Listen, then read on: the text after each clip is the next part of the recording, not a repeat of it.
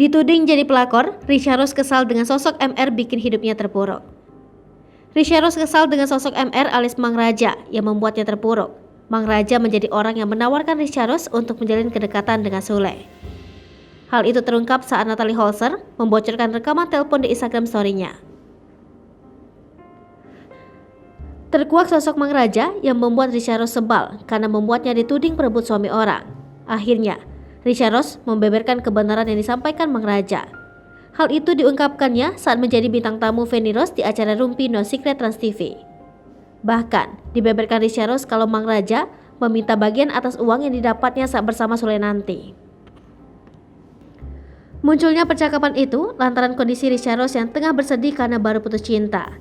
Mang Raja sendiri merupakan teman dekat Sule yang juga seorang seniman dan penulis.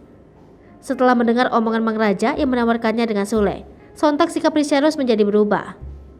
Ia mengaku takut ketika melihat Mang Raja dan Sule. Risha Rose bahkan mengaku menjaga jarak dari Mang Raja dan Sule. Respon yang dilakukan Risha Rose tersebut lantaran takut merusak hubungan antara karyawan dan bos. Risha Rose pun menegaskan ketakutannya muncul karena omongan Mang Raja.